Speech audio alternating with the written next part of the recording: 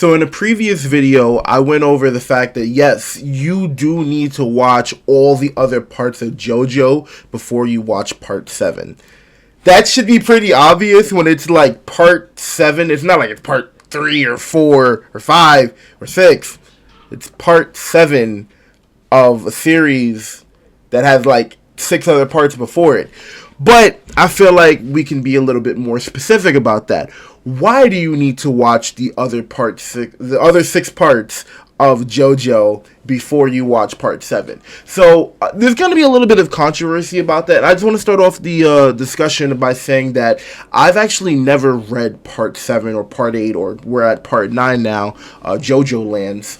But I do want to just go over the fact that these are important to the context of building up to part 7. So there's 2 things I want to go over to explain why you need to watch all the parts, right? So the first thing I want to go over is the ending of part 6. And then after that, I want to go over why it's important to like go into part 7 understanding the first 6 parts, right?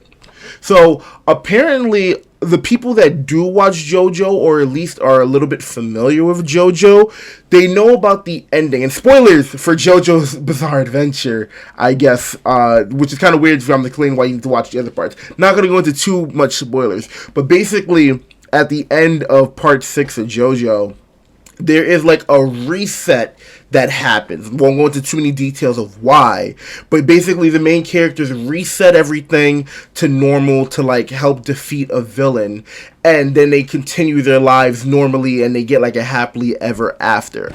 And that was sort of like the writer Hirohiko Araki's way of like putting a chapter close to everything, where he's like, okay, we finished this saga. You know, I've been writing this stuff since 1987. That's when the manga started, all the way up until like into the 2000s is when Stone Ocean ended, I believe, right? Like early 2000s, right? And then we have part 7, which is a fresh new take on the JoJo experience. So a lot of people could make the argument that like, oh yeah, you technically don't need to watch the other 6 parts to get part 7 because it's its own thing and it's isolated. Like I said, I've never read part 7, so I don't know how much of it is explained in comparison to the first parts. Like, I assume what they're gonna do is they're gonna like have their own like explanation of how things work and get the ball rolling. However, that doesn't take away, like, that doesn't mean that the other 6 parts of JoJo are useless. You know, they give context of, you know, Araki's writing. You know, like, he's been writing stories since 1987, so you get to see how he's grown as a writer, the different things that he tried. Like, if you haven't seen JoJo at all, the first 2 parts of JoJo have a completely different power system than the other parts of JoJo into part 6. And then from what I understand is that part 7 and going forward, I'm not sure if part 8 and part 9 have this, but there's this thing called the spin, which might be similar to Hamon. It might be like the same thing, like, you know, like One Piece hockey, observation hockey, and mantra are the same thing. The spin might be the same thing as Hamon, but as far as I'm concerned, from what I understand, is that like the spin is its own thing, or it might be like related to Hamon, how Hamon worked in parts 1 and 2. But like I said, parts 1 and 2 have a completely different power system than parts 3, 4, 5, and 6. So it's like you get to see how Araki like changes the story and how he grows as a writer and how he develops his characters. So that's like, you can't just like disregard the first 6 parts and then skip to part 7. There's almost no like real reason to. Like, I get it, it's like part 7 is supposed to be amazing and everyone's hyped for it, so you want to join into the hype.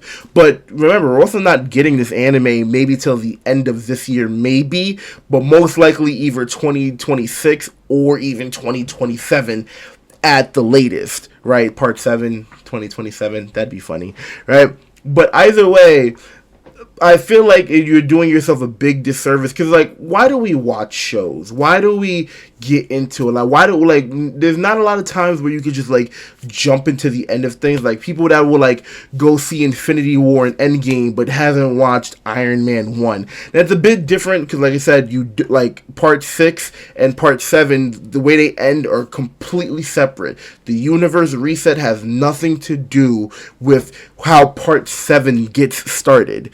So, like, people can jump in, but at the same time, it needs to be stated that, like, no, like, you need to watch the other parts before you get into part 7. And if you want to get into JoJo, then just watch the anime. Now, there is a barrier of entry. A lot of people might not like part 1. I feel like that's very fair of me to bring up. However, part 1 has a lot of context for part 2. And I like part 1. I won't sit here and act like it's perfect. It definitely has, like, its, flaws. I think Jonathan Joestar is an amazing character. Dio's an amazing villain. But it does have its highs and lows, especially towards the end, right, when they're working their way up to Dio. Definitely could be a lot better. But part 2 of JoJo, some of the best anime I've ever seen in my life, man. Joseph Joestar, when he was younger, is a phenomenal character and is still my favorite JoJo till this day. Part 4 is my favorite part, for anyone that's wondering. But that's a little bit of a tangent. That side, like I said, yes, you do need to watch the other parts of JoJo before you watch part 7.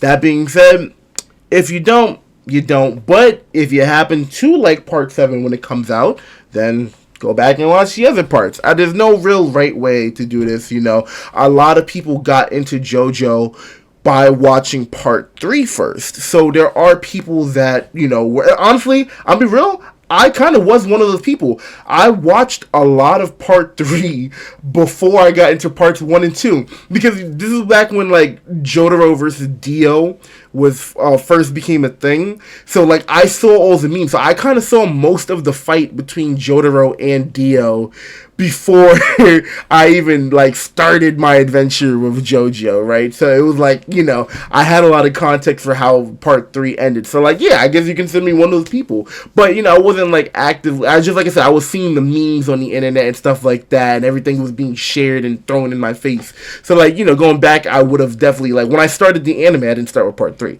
I started with 1, 2, and then worked my way up. Like I said, my favorite parts are parts 1 and 2.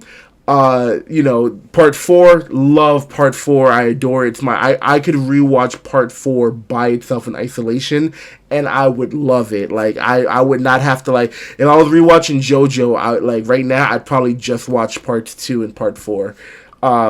This is so good, so good. But yeah, I think I went on a tangent long enough. Like I said, let me know what you guys think in the comments. If you have any opinions about JoJo, if you are a JoJo fan, maybe you can do a better explanation in the comments. But that's going to be it for this video, guys. I will see you guys later. This is the Late Developers.